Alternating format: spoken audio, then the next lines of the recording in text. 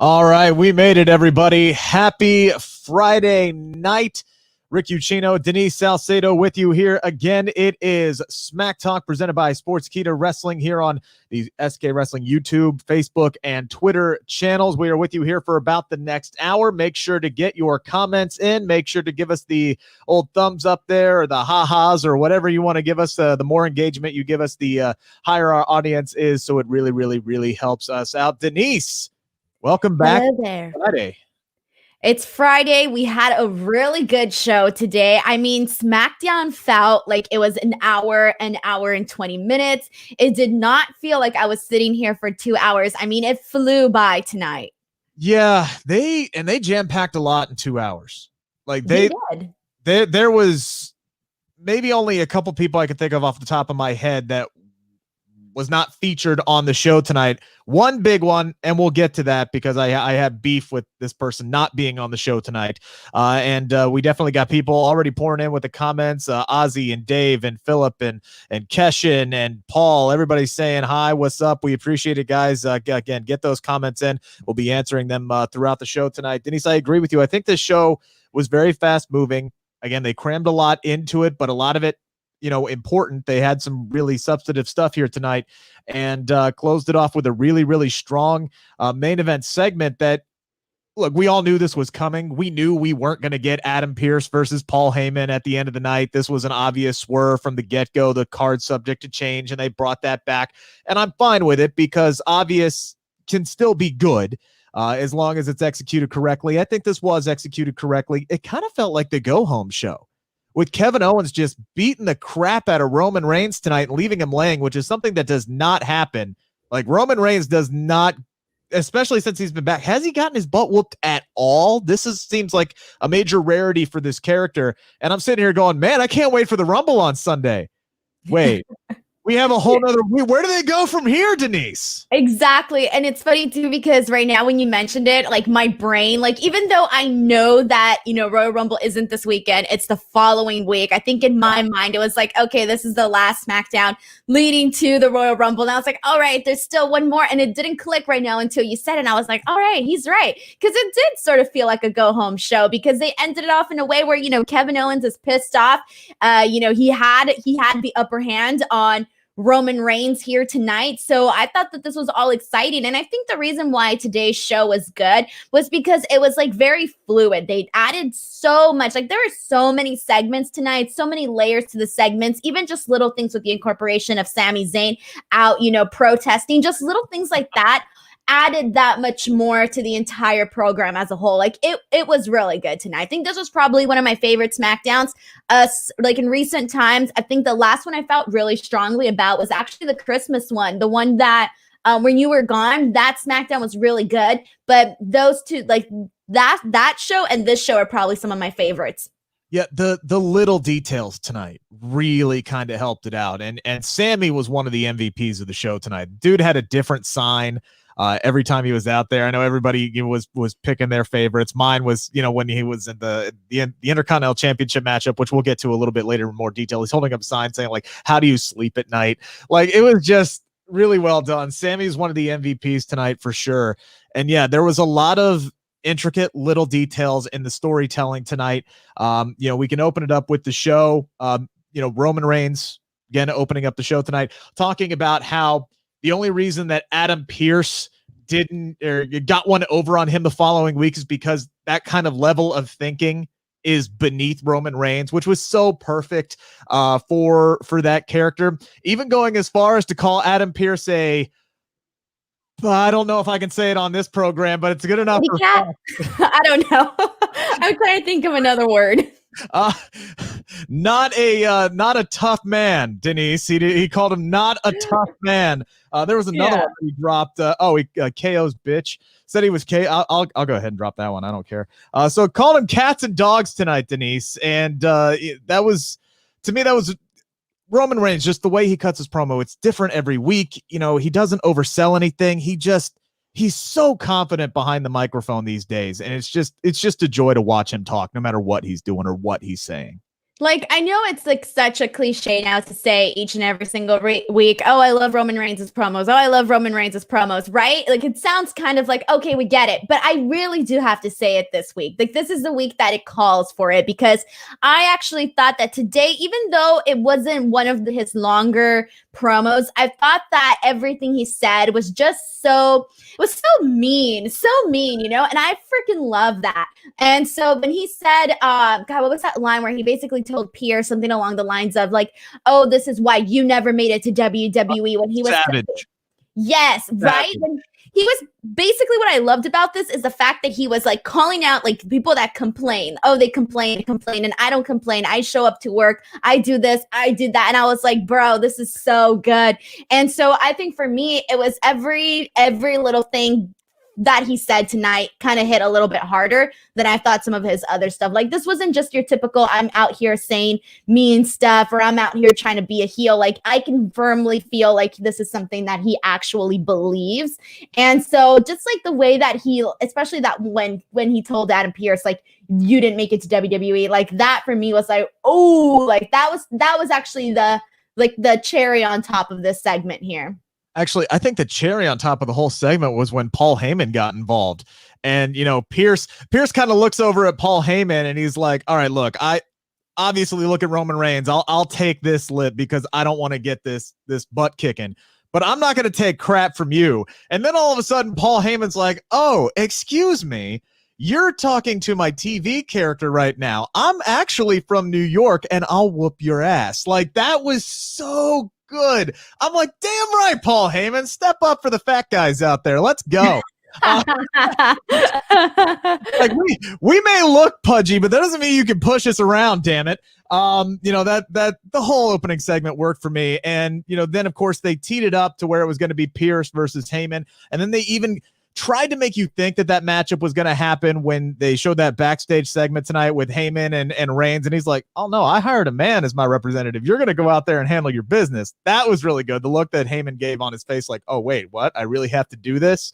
But yeah, no, I think everything with this Pierce storyline and Heyman doing his part and, getting KO involved, I think all of this has been built very, very well, except for one thing, Denise, because the one thing for you.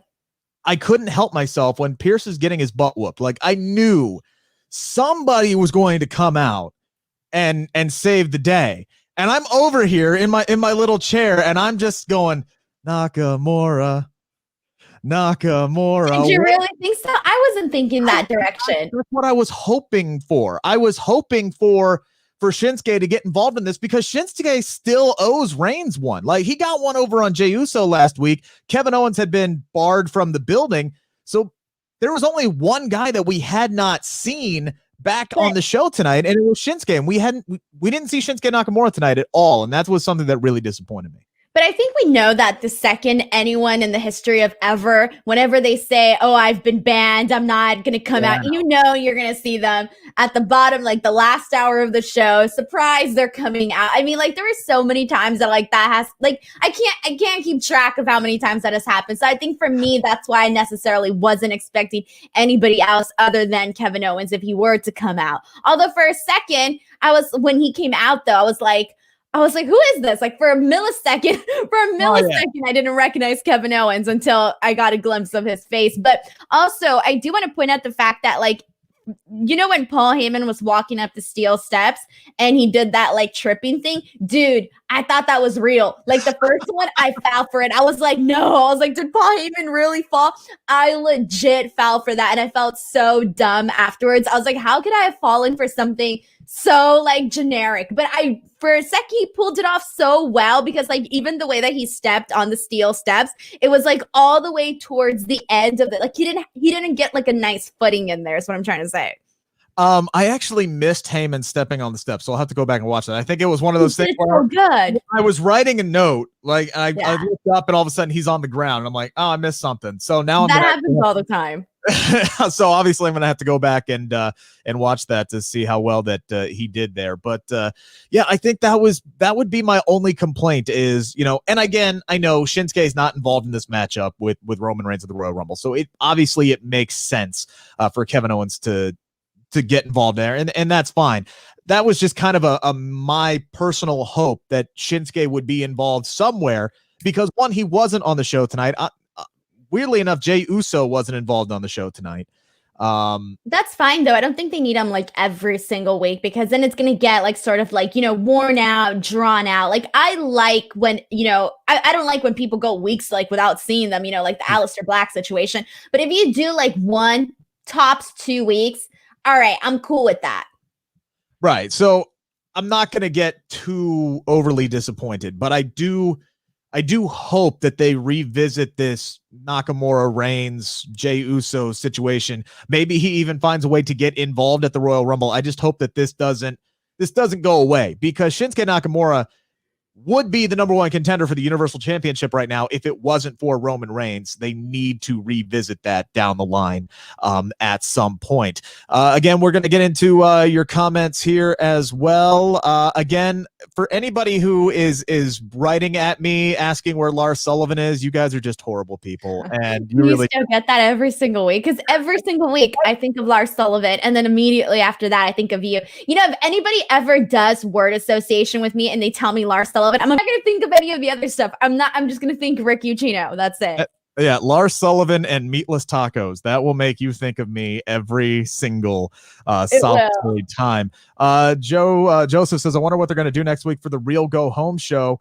Honestly, that's a good point. I don't know where you go from here, Denise, because this seemed like the most logical ending point heading into a major pay-per-view, because Roman Reigns, as we talked about, he doesn't got like the way that he did tonight. He has always been the one that's standing up on top. He's always being the dominant one. So for Kevin Owens to get, that leg up, and now all of a sudden it's like, okay, now we're heading into the Royal Rumble and Kevin Owens has a shot. I don't know where you go from here. Like, how this seemed like the perfect ending point heading into the Royal Rumble. You know where you go from here? A really pissed off Roman Reigns. He ain't going to be happy next week. I think if anything, the fact that we don't know where this could go, it actually opens up more doors, more freedoms for them to actually do something really cool with the Roman Reigns, Kevin Owens situation. Because unlike so many other storylines, it does feel like they are protecting this one, because this is the hottest thing that they have going right now.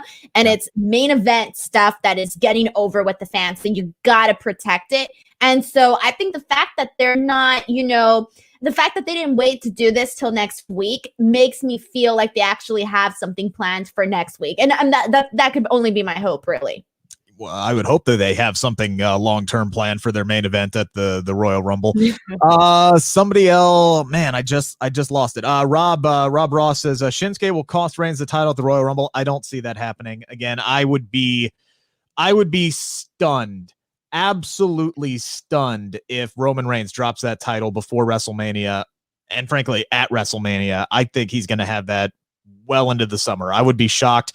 I wouldn't be mad at it, because I think Kevin Owens would make a tremendous Universal Champion, and I honestly think Roman Reigns is getting to the point where he is so big and so good that he doesn't need a championship to have a money program. But KO is always good in the chase. I mean, we'll see what happens. I'm here for like a super, super, super long reign, like super long. I don't care if like next WrestleMania we're still talking about Roman Reigns being champion. Like I am 100% here for something like that. Like I rather have Roman Reigns go through all of these people, like they never get a shot to him, and then all of a sudden you don't know where we could be at, like not this coming WrestleMania, but the next WrestleMania. You don't know who could be really hot at that point. And then all of a sudden, like that's the guy that should be Roman Reigns. I'd rather see somebody that we don't know yet who can, get up there and get really hot and beat Roman Reigns. So I kind of hope for a really long title reign for him. Yeah, I don't care. As long as it's still good. I don't care. I don't get tired of the fact that people are champions as long as it's still good. Like when AJ Styles had his really long run with the WWE Championship, like toward the end of it, I'm like, okay, this feels a little stale. This feels like he should have dropped the title at some point. I'm not getting that with Roman Reigns yet. Again, he hasn't had it that long, but I agree with you. I think, he's going to have this championship for a while. And what we've seen so far out of Roman Reigns is it doesn't matter who his opponent is. He's going to find a way. They're going to find a way to make it good, to make the story make sense. Like if you would have said like the first the first opponent for him out of the gate was going to be Jey Uso. Who else could make that work? And it was money. It was like the best thing that happened toward the end of last year, the best storytelling we had talked about all last year. So again, or even with Shinsuke Nakamura, how many of us were expecting him to even be in this picture? I think a lot of us had sort of given up already. Like, okay, he had his couple of moments, here in the company, especially with AJ. But I think after that, we were just expecting him to be floating around, getting, thrown into random situations. I don't think any of us were expecting to even be considering him. No. And I think if the fans were there would be a groundswell for Shinsuke Nakamura in the stadiums, kind of like what we saw with Kofi Kingston.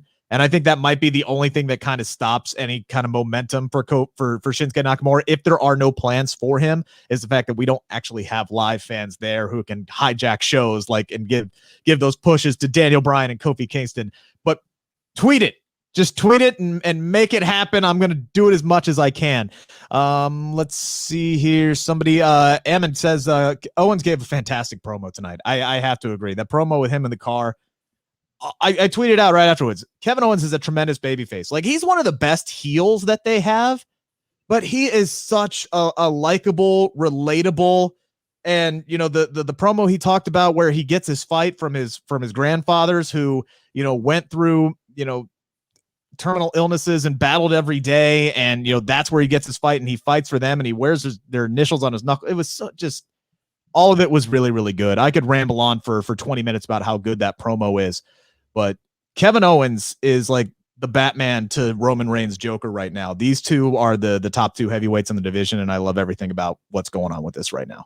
That's why Kevin Owens was the perfect challenger for Roman Reigns, because Roman Reigns, is really trying to amp up this, heel character. So the fact that you have somebody, like you said, so naturally likable like Kevin Owens was really the guy that could be the complete polar opposite of Roman Reigns. And that guy was really Kevin Owens. It's hard not to like Kevin Owens. I don't think I've ever met anybody who doesn't like Kevin Owens. Yeah. Paul bringing up a good point here, as we might as well move on into the next match that we saw tonight. What was the point of Charlotte and Asuka going against the Riot Squad if it wasn't going to lead anywhere? They should have continued with Flair and Evans showing up. That would have been great. I'm not all on board with the Flair and Evans thing, but I do have to question the Charlotte Asuka versus the Riot Squad matchup, because I'm kind of sitting here going, okay, where do we go from here? I'm not mad at the fact that we got Charlotte and Asuka, the women's tag team champions, showing up on Friday, because it seemed like for such a long time they forgot that those belts could float between each program, but they didn't really give this matchup a whole lot of pub. I didn't even know what was going on until all of a sudden the graphics showed up on the screen, and I'm like, okay, cool, here we go, a big matchup for the Riot Squad. And then again, they lose. Now again, they lost because of Billie Kay, and then Billie Kay ended up getting punted from the punk rock group, which I know you're really sad about, Denise.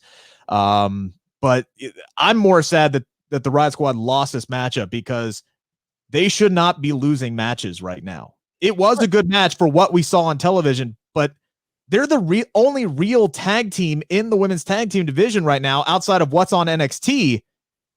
They should be getting built up to win those championships, not losing a non-title match to the champions on some random Friday before the Royal Rumble. But here's the thing too, they should have definitely done this for the tag team titles. They should have been a championship match, because to me, it's like they promote the fact that as tag team champions that you can go and defend the titles across any brand. So you're going to SmackDown to defend the titles, but yet the titles aren't being defended. That didn't make any sense whatsoever. So I'm like, okay, fine. I get it. Once I found out that it wasn't for the tag titles, I was like, you know what? Because I know they're not going to give the titles right now to Riot Squad. I knew that for a fact. But I was like, okay, if this is a non-title match, I don't see why not the Riot Squad shouldn't be winning this match. They need something. They need something. Everything that they've been given, it's always been half done. They've never gotten this full ride, this full opportunity. And now the fact that they do have Billie Kay, or that they had this Billie Kay storyline going, it really added something to them. It made them more interesting. People were more intrigued to see the Riot Squad, I think, with Billie Kay at their side. So I just don't understand why they couldn't at least get a win tonight if it wasn't for the titles. If it was for the titles, all right, fine. That's fine. They could have lost, whatever.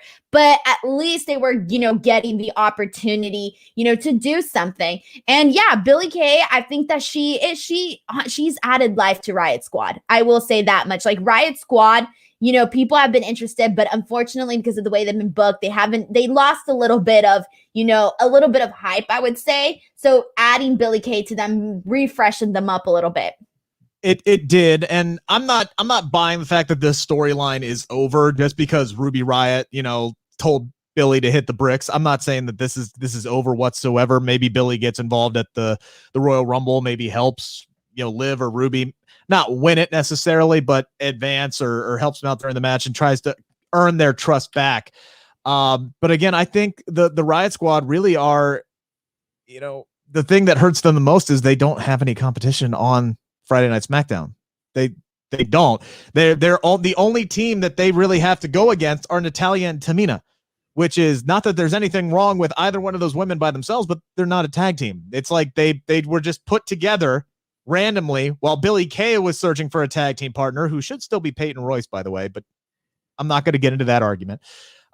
They shoehorn these two together. Now they're going up against the Riot Squad, and that's it. That's all they had. That's why Charlotte and Asuka came over to fight in a non-title match, because you can't move any other tag teams over to SmackDown. The only ones that you can float around are the one who have the tag team championship. So it's just, they need more tag teams is what I'm saying, Denise. I know, yeah. It doesn't make any sense to have the Riot Squad on SmackDown. It also didn't make any sense to split up all of your 5 tag teams that were really carrying that division for the last 2 years. So yeah, and I mean, I like Billie Kay alone. I really do. Like, I like the fact that she's showing more of her personality. But I do think that I don't think that this is over, obviously, with the Riot Squad, because Ruby Riott and Liv Morgan every single week, they're always constantly like, we don't want you, and somehow she still ends up with them, which is perfectly fine. I like what they're doing there. I like the chemistry that these all 3 women are bringing here. But again, I think they're just not putting enough. They're not putting enough stake. They're not putting enough effort with the Riot Squad, I think. I would wholeheartedly agree with that. It's like they don't know what they want to do with them, and this has been Liv Morgan's MO since they split up the Riot Squad in the first place, and then she was brought back and given 3 or 4 gimmicks, and then all of a sudden she's feuding with Ruby, and then she's back with Ruby, and then they let go of Sarah Logan, and now it's just Ruby and Liv, and now they're shoehorning. It's like they can't figure out a clear-cut direction for anyone involved with the Riot Squad, and it's just unfortunate. Eric says, Rick, do you think Billie's with the Riot Squad because of what happened in the Riot Squad versus the Iconics and vice versa? I mean, I think that has something to do with it. I think Billie's biggest storyline is she's just trying to find anything to do since she was abruptly split from Peyton Royce. Like that's been the biggest thing, is like she has always been a tag team competitor. She's never stood on her own before. And I think that's part of the storyline with Billie Kay moving forward. Yes, she's more of a comedy character. Yes, she's giving out resumes and she's, that's been her shtick, but she's trying to land with somebody with anything so she can just find a niche and carve out, something for herself. But she's just not ready, I think, to stand on her own 2 feet. And I think that's the driving force of the Billie Kay storyline, is eventually she's going to have to stand on her own and make her own way instead of trying to latch on with somebody else, which is why I don't think she is long for the Riot Squad. Right, exactly. But yeah, they definitely got to do something with all 3 of them. I don't care what it is at this point. They just got to keep furthering along. And they are doing better with Billie Kay. They're giving her, just even the fact that they put her in the storyline with the Riot Squad is adding to her character, because, it's funny. Like, whatever she does, it's really funny and it's getting over. Yeah. The match by itself, by the way, I thought was pretty good tonight. I mean, when you put these 4 in the ring, it's going to end up being really good. The one thing that makes me laugh, though, is Michael Cole coming back from commercial break and saying Liv has been absolutely impressive during the entire commercial break. Would have been nice if we could have seen literally any of that. Yeah. The other thing the other note I wrote down, Asuka, just so damn smooth. Like, she just catches that leg out of nowhere and is immediately into the half crab and flipping people around. And I really do like the code breaker into the natural selection as the finish for this Charlotte Asuka tag team. I don't know why it flows really well. I just really enjoy it, and I don't know how long they're going to be the tag team champions. All I know is at some point it would be nice if they gave a team like the Riot Squad, who doesn't really have that big marquee, win that can just change their status with the company and on the turn of a dime. If they get that victory, if they take a team like the Riot Squad and have them beat Charlotte and Asuka for the women's tag team championships, that's how you build stars. That's how you build up new teams. And I think that has to happen at some point. I don't know how you get there now, because you literally just had them lose to the women's tag team champions. Yeah. There.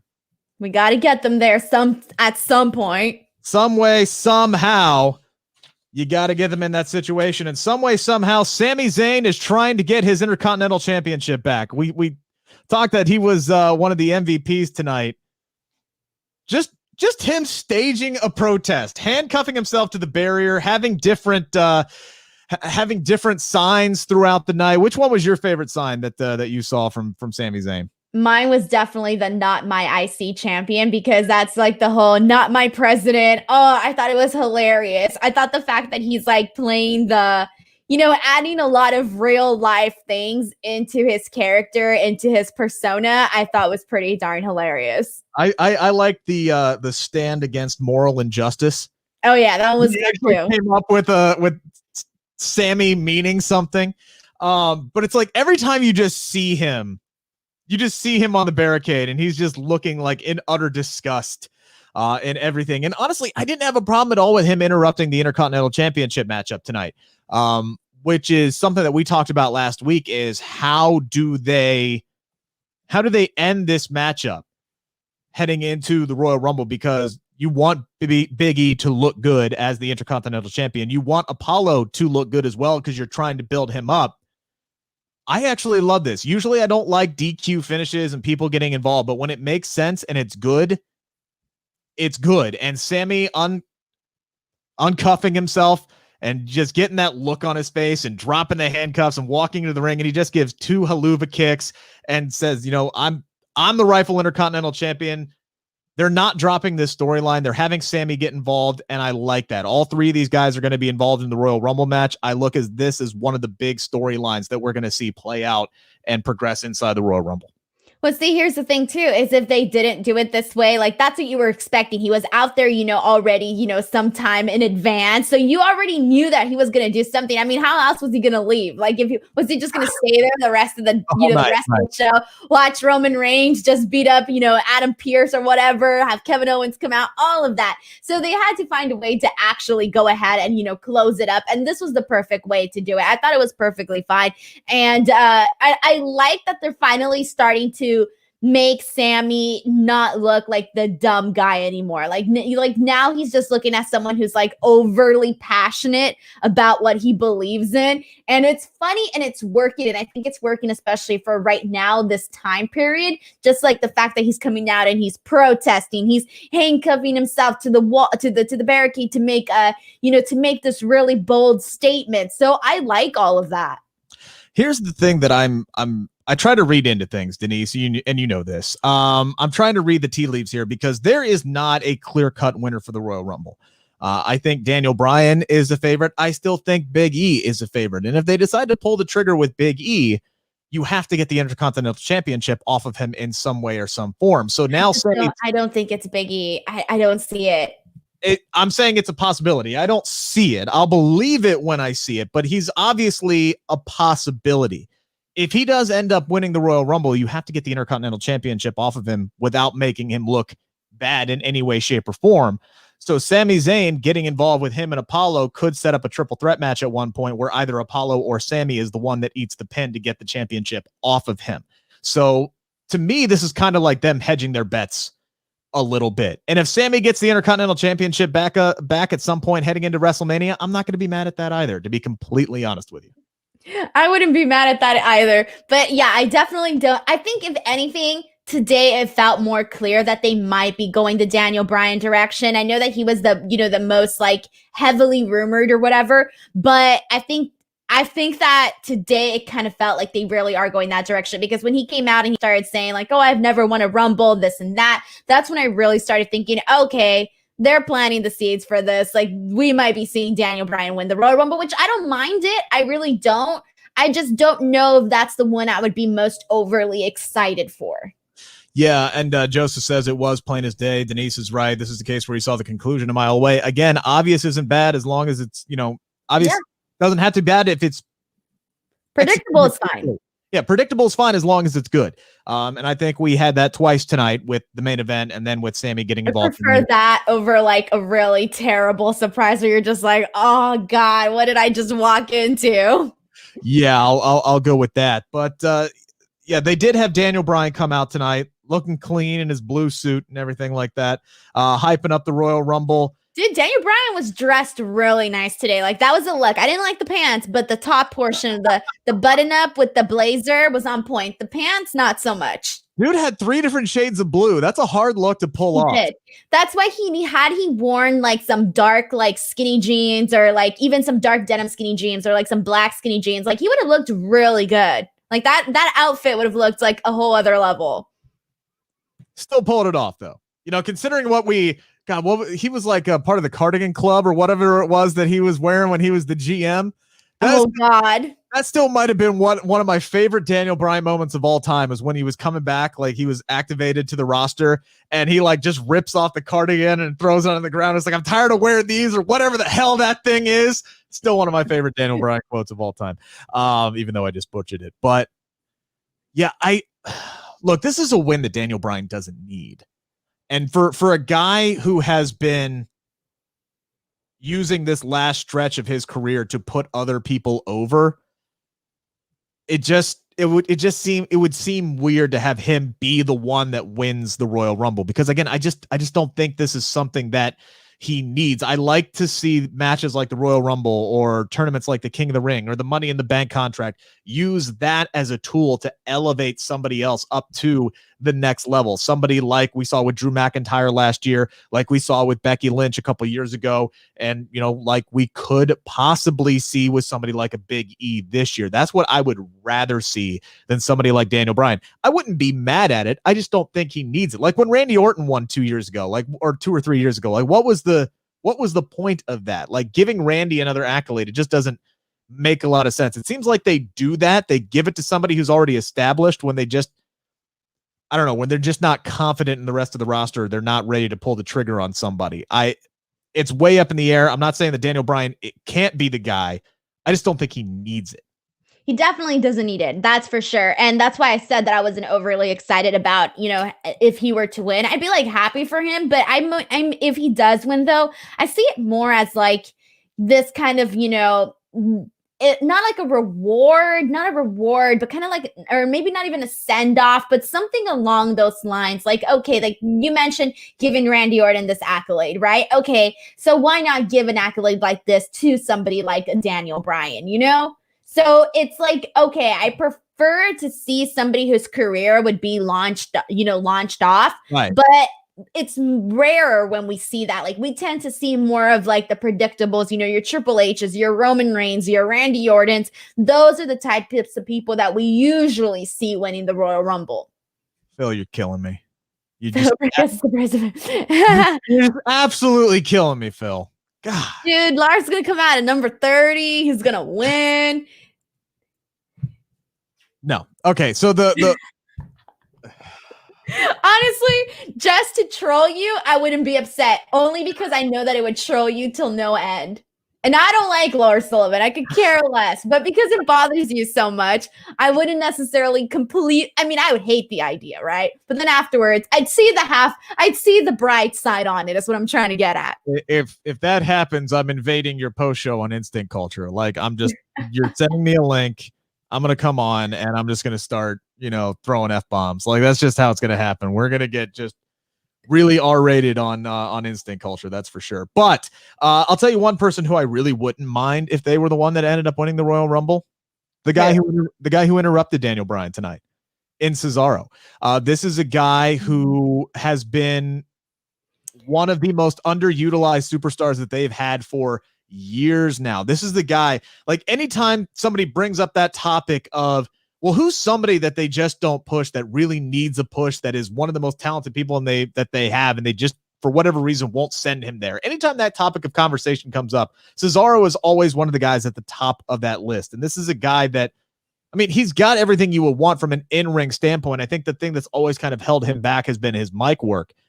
Tonight was the best promo I think I've heard Cesaro cut ever. Granted, there's not a whole lot of promos that I can think back of because he doesn't get a mic in his hand all. Like the one that always pops into my head is where he said the 4 ropes. Like, you remember that one where he screwed up? He meant to say 4 sides of the ring and he said there were 4 ropes and he just completely. Yeah, I remember that. Oh God. But here's the thing though, is that yes, he's been completely underutilized, but it's kind of those things where I hate to say it, but the moment feels like it's past. Like the hype isn't there. I don't feel like it's there. Like it could be there. I mean, look at what happened to Kofi Kingston. Right. But I just feel like the moment has passed. For me, at least. And I don't feel like there's enough people out there saying that this is something that they would want. Like they could, make us, but it's too late now. It's like a week till the Royal Rumble. I would have to say there'd have to be more hype. I mean, they are building up some momentum for him. Not enough. There's going to be another week. I need more momentum, Rick. More momentum. He beat Daniel Bryan last week. He beat Dolph Ziggler this week. Not like beating Dolph Ziggler is anything major, nowadays, because there's another guy who's kind of like, okay. I like how Dolph Ziggler told Daniel Bryan, what did he say? It's not 2014 anymore. Or did he say it's not 2015 anymore? Something. I was like, really, Dolph Ziggler? Of all people, you're gonna give me this line, and to Daniel Bryan. All right.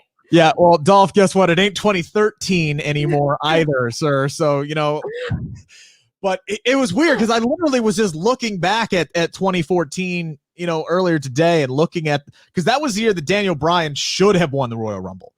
That was the year that he should have won it. He wasn't in it.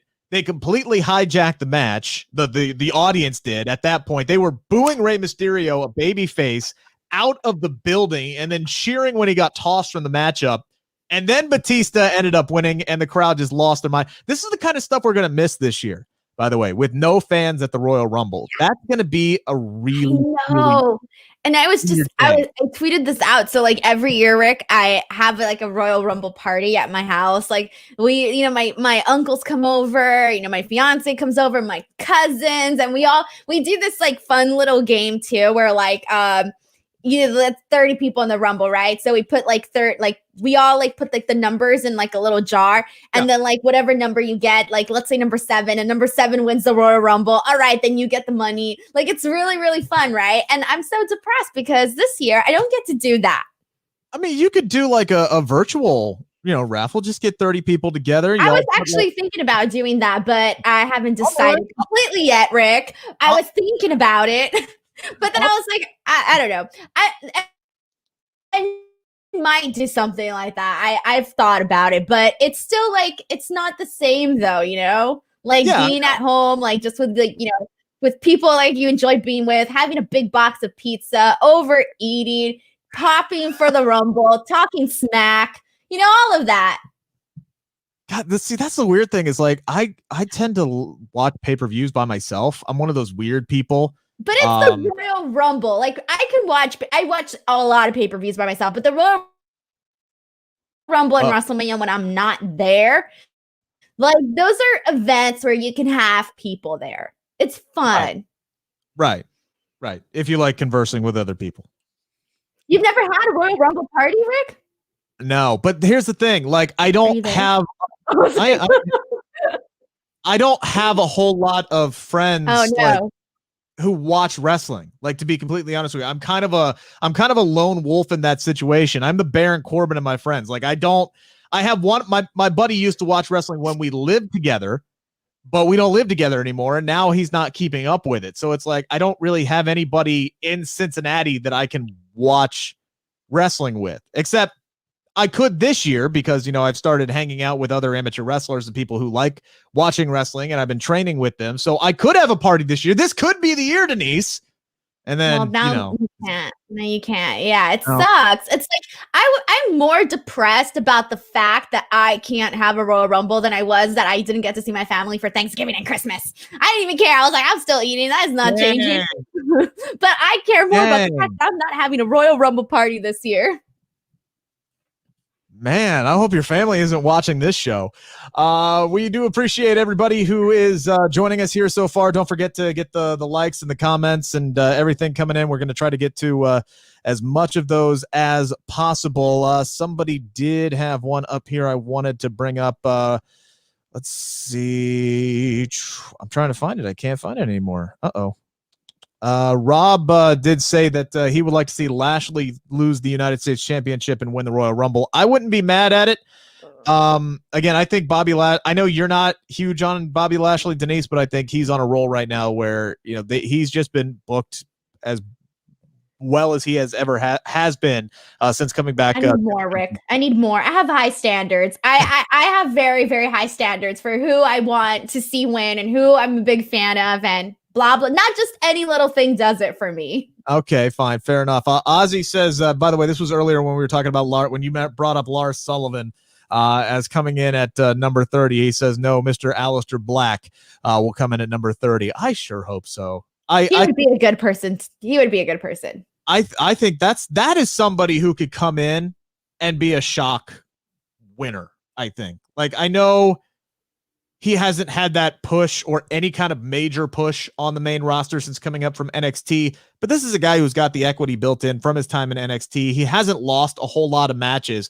It would not be a stretch at all to go from, oh, well, here was Aleister Black. He was wrestling really well, to, oh, now this guy's won the Royal Rumble and we're off to the races. Like, that wouldn't be a stretch at all. But I definitely think he would make for a great surprise entrant. I think Seth Rollins would make for another great surprise entrant. That's a guy that was supposed to come back the first show of the year. We haven't seen. Yeah, they gotta save some people. Yeah. That's why I was kind of bummed when they brought Charlotte back. I was like, oh, I would have liked to see her come back till the Royal Rumble. I mean, there's other people. I mean, Edge, I don't know what his injury status is, but he's another guy that could possibly. You think he's going to do another big Royal Rumble moment, though? I mean, it obviously won't be as big as last year's, but it's kind of like, all right, you kind of already did it. Do you want to do it again? I think he could win it. I wouldn't put that past him whatsoever to have Edge win the Royal Rumble and then win another WWE championship. I think he's winning the belt again before he retires. I really do. Even at age 46, 47, whatever it is. I mean, obviously they got no problem putting the title on Goldberg. Why not put the title on Edge, who can still cut it? I mean, you got a point there. Damn right I have a point. You know what else was really good tonight, Denise? What? Sasha Banks and Reggie. I really, really enjoyed that matchup tonight. What about you? I liked it. I thought it was fun. I wouldn't say I'm like crazy about it. Like, I wasn't like crazy about it, you know, but it was fine. When they do intergender matches, I know a lot of people don't. There are people out there who don't like intergender wrestling. Trust me, I've called an intergender match before. I don't think it was the intergender issue. I don't think that's necessarily the thing, that if someone's not going to like this, I don't think it was because of the intergender thing.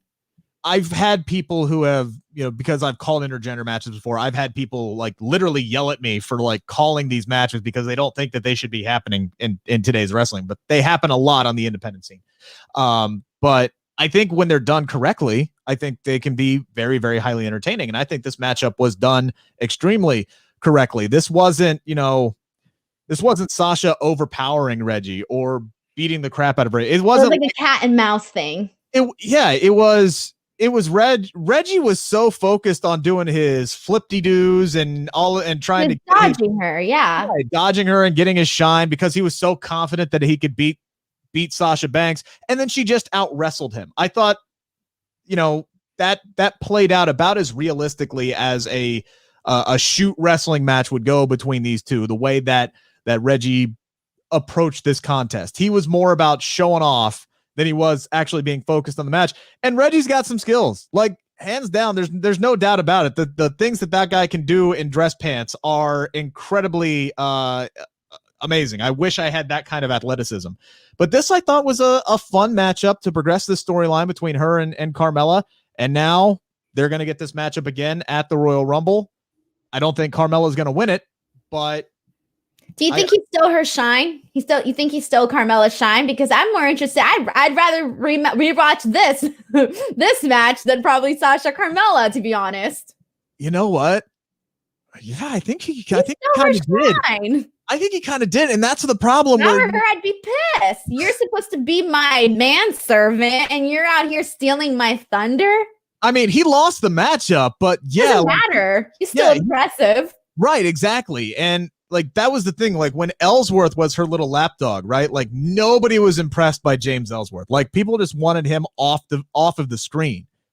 Reggie to me is compelling. Like this is a guy who could stand up and stand out on his own. It's almost like her version of Amos with AJ Styles. Like you get more intrigued by what he's doing every week than what I find myself paying more attention to him than I do AJ Styles. And now I'm finding myself. Now you're just crazy, Rick. You're just insane. I'm not going to go that far. In no world is anybody else taking AJ Styles' shine. No, I'm not saying that he's doing that, but I do find myself more interested in how they progress him forward than what they do with AJ Styles, because I know how good AJ Styles is. Like, I want to see how they progress the other guy. It's not always about one being better than the other or being interested more than one person. But I am kind of more interested in Reggie than I am Carmella, which is not good for Carmella. No, because it's supposed to be her new reinvention. But no, this to me feels like it's more his. Now it's his time. Like he's going to be the one that's going to break. He's going to be the one to receive the pros of this storyline. Like whoever is going to have the upside in this, it's going to be him. You know what would be hilarious is if Sasha ends up like stealing Reggie away from Carmella. That'd be pretty funny. That would be funny because there's obviously some kind of chemistry between Sasha and Reggie. Like that could be a thing. I would be perfectly fine if that ended up being a thing. He seems more like he just fits better with Sasha. Not that she needs somebody around her, but he just seems to fit. It would be funny though.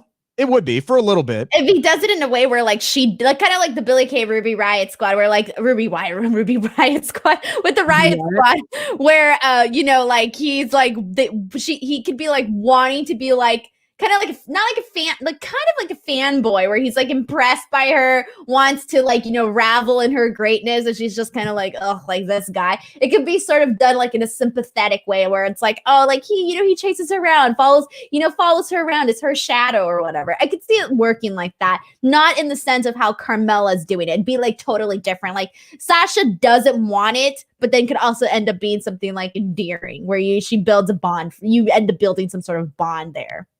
You know what you just described is you described Carmella and Ellsworth is what you described. Oh, but not like that. No, not like that. Like better, but better. Better, like the upgraded 2021 reboot version of Carmella and Ellsworth. I could see it. I don't know where it's going to go. I think if anything, Reggie's going to accidentally cost Carmella this matchup, and then Carmella's going to dump his ass. Like I think that's more likely where it's going to go. But I want to see more of him on TV. I don't know. My only worry for Carmella is the more that we see him on TV, he's going to end up outgrowing her and continue to steal that shine. We've seen already what Carmella can do. We haven't seen exactly what Reginald can do. I mean, we got some glimpses, and based on the glimpses from tonight, I think people want to see more of that. Correct. You know what I want to see more of? I want to see more of Bianca carrying 350-pound men like it's absolutely nothing. Jesus, Louises. I can't even. I mean, that was fantastic. I had no expectations whatsoever for the obstacle course tonight. Me either. I didn't know what I was going to get. I thought Bayley kind of hammed it up a little bit too much. Like, she's a better athlete than what they made her, or how she decided. I didn't like the zigzag thing that she did. She could have at least tried. I think it would have made it better because that spot with Bianca and Otis would have still gotten over. Right. So that's the thing. Like, I think it would have made it better if Bayley actually approached it seriously and did her absolute best to do it. Yes. And then they didn't have Chad kind of waste like 10 seconds of Bianca's time. There needed to be more like hurry up, but maybe she also needed to like I don't know, whatever you need to do before you lift up. How many pounds? How many pounds is Otis? I mean, I'm assuming she's got to do some mental preparation first. He's billed at 330, but I would say he's more likely a McNugget shy of 350 if I had to make a guess. That's a big boy. All right, maybe she needed a second, gather, compose her breath. But I did think that I agree with you. I think that Bayley should have approached this, and it's like, I really want to win. I didn't like when she went around the, whatever you call those board things where she was supposed to climb over, leap over, or whatever. Yeah, I didn't like that she went around that. For me, it kind of like took away from the fun of it. I thought and then she took too long too to do it. So it kind of like killed the momentum. Like I've seen American Ninja Warrior and all these, games, and they're always going with so much speed that's what ends up messing them up because they have so much hype and they're trying to get to the next thing and it's exciting. But then that one little thing could mess you up because you have so much energy. But I would have liked it had they at least tried to replicate it like that because, again, no matter what, that spot with Bianca and Otis was going to get over. Right, exactly. Like you knew Bianca was going to do some incredible stuff. And obviously Bayley had a trick up her sleeve and she altered the course. And instead of carrying Chad Gable, she had to carry Otis and they gave her the hurdles and things like that. But Bianca's just so impressive. It doesn't matter. She was going to run circles around Bayley. We know that. But you didn't need Bayley to have to lower herself and make herself look like a worse athlete. We know Bayley can do some insane stuff as well. So I think it would have made Bianca look even better if she could have gone out there and blitzed through that. Like if Bayley did it in like 50 seconds and then Bianca just went out there and crushed it in 36 seconds or whatever. Still impressive though that, she carried Otis, all 330 build pounds of Otis like it was nothing, dropped them, and then she dunked it, Denise. Flat out dunked the ball. Like, it's not fair. How can someone have so much talent like that? It's not fair. I mean, I've never tried, but still not fair. I believe it or not, I can dunk on a 7-foot hoop. But that hoop, I don't know how tall that hoop was. I don't know if it was 10 feet or not, but it was still impressive that she got those hops. I don't even think I'd pass the tire round. What? I wouldn't even pass the tire round where you have to flip the tire, be out already. God, I forgot about the tire. Yeah, seriously though, she's a hell of an athlete and she's a star. And the one thing I want to see out of this though, you brought up American Ninja Warrior. Mm-hmm. Now I want to see Bianca versus Casey Catanzaro on an actual, like a real obstacle course. Yeah, I think Bianca would still win. I think she'd probably be the one. She has the edge in the strength department for sure. Yes. Casey ain't gonna be lifting Otis or anything like that. But I mean, I don't know if this is just like an American Ninja Warrior course, like where it's just more like not like stamina and like agility. Right, agility and jumping and being nimble. Like Bianca's an athlete, but so is Casey. Like we saw that. Are you good on the monkey bars, Rick? Maybe nowadays I'm a little lighter on my feet than I used to be, but I don't know. I used to get to like the 4th one and then I would just hang there for like a really long time. So like I got the blisters and then would just jump off. But I used to do those spinning ones, those bars where you go on one leg and you spin. I got to like 2 spins and that was it. Denise, I can't do anything right now because I pulled my back out at the gym on Tuesday. You did? Oh, yeah. I was doing the back machine, the one where you just literally like, oh, this kind of hurts just to even do that, but you put the bar on your back and then you lean backwards and you lift the weights with your lower back. I feel like every guy that I know always throws out their back. Always. And sometimes it's like the silliest things. Like you're just bend down, you do something. Oh, my back. Yeah, I feel bad. I almost feel like at some point every guy gets there. At least I have a genuine excuse. It wasn't like I bend down to tie my shoe and my back cracked or something like that. Now that's happened before. I have done that, but not this time around. No, I am in a lot of pain just sitting in this chair right now, so I can't do anything. Real quick, we do need to get to it because we have a lot of people asking about the other match that we saw tonight between Dominic and King Corbin. We actually saw Dominic wrestle tonight, which is a step forward for him, but he lost in pretty convincing fashion to King Corbin. Your thoughts on that? What, don't you love him? Don't you love Baron Corbin? I thought I you'd do. be thrilled about this. I'm asking your opinion on it. I genuinely. My opinion was when Dominic came out, I was like, oh, wow, he's having a match. Oh, it's against Baron Corbin. No interest. Then he lost, and I was like, further no interest. My interest level was like -0. Well, it was 0, and then it went to like -1 right after that. Those are literally my thoughts. Has Dominic Mysterio become an afterthought on SmackDown, or is it better to keep him low on the totem pole there since he's just 23? And I think that's the storyline they tried to get across tonight, because this is like that young guy who thinks he knows everything, right? And that's where you saw I that. don't think we're getting that from him. I do. We're getting? Did you see the backstage interaction between him and his dad, where Ray is like, all right, I'll let you try it your way. And he's like, trust me, I'm confident in my abilities. I know what I'm doing. I know I can go out there and I can win. Yeah, I guess and you're right. Yeah, and Ray is all like, all right, I trust you. I'll let you go out and do your thing. But if it doesn't work out, we're going to try it my way. And it's just like, how do you go from Seth Rollins into being in this like feud with him, and then all of a sudden you're going down to Baron Corbin and you're losing? But then again, he hasn't been wrestling, so he's rusty. So they can play that angle. Right. And here's the thing. The only reason why he had a shot against Seth Rollins is because it was no DQ. They had weapons. He had his dad at ringside. Buddy Murphy was getting involved, and Aleister Black was getting involved, and everybody was getting involved in that feud. It wasn't just a straight one-on-one Seth Rollins versus Dominic Mysterio, because if it was, Dominic would have gotten destroyed inside of 5 minutes. They made that match. They gave him a chance by basically taking the rules away. Now, all of a sudden, there are rules, and he's going up against a 6'8", 250-pound Golden Gloves boxing champion, and he's getting his butt whooped, which is exactly what should happen. Because, again, the way they play up Dominic Mysterio, or at least, we know he's been training for a while now, but the way they played it up when he was going up against Seth Rollins is that he was still in the early stages of his training. Like, he had only been in the ring for a few months at this point. He's not supposed to be some sort of expert.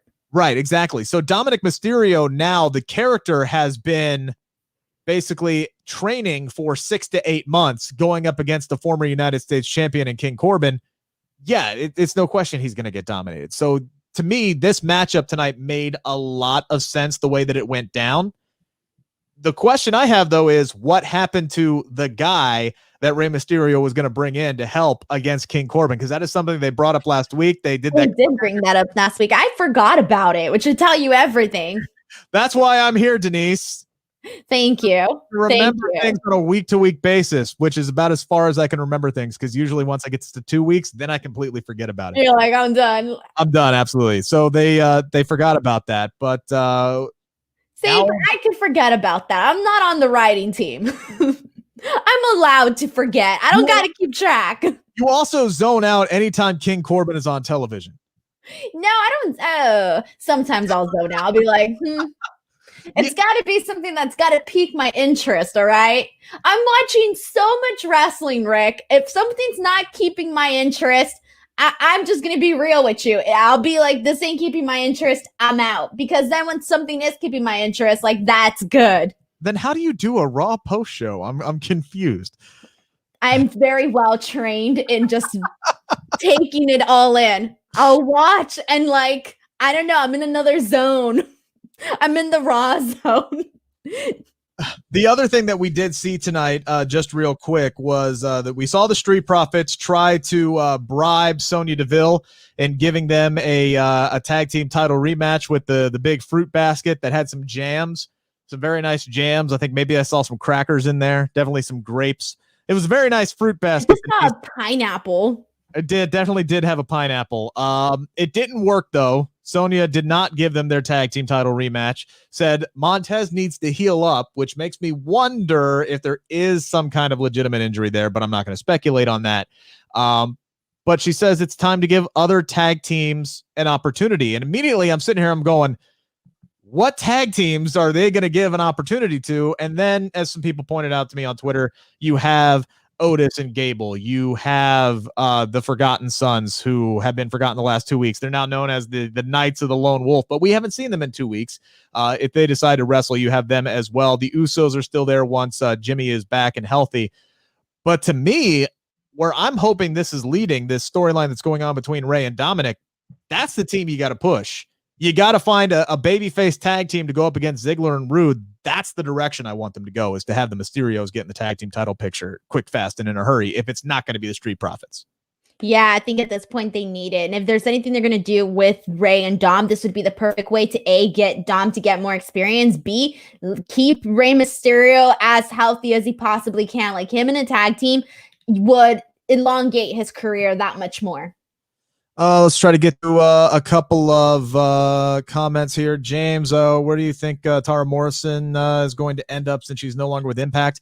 I wouldn't be surprised to see her wind up in WWE at some point, but honestly, I just don't know. Paul, again, so where's this guy that Mysterio was going to get help with Corbin? I have no idea.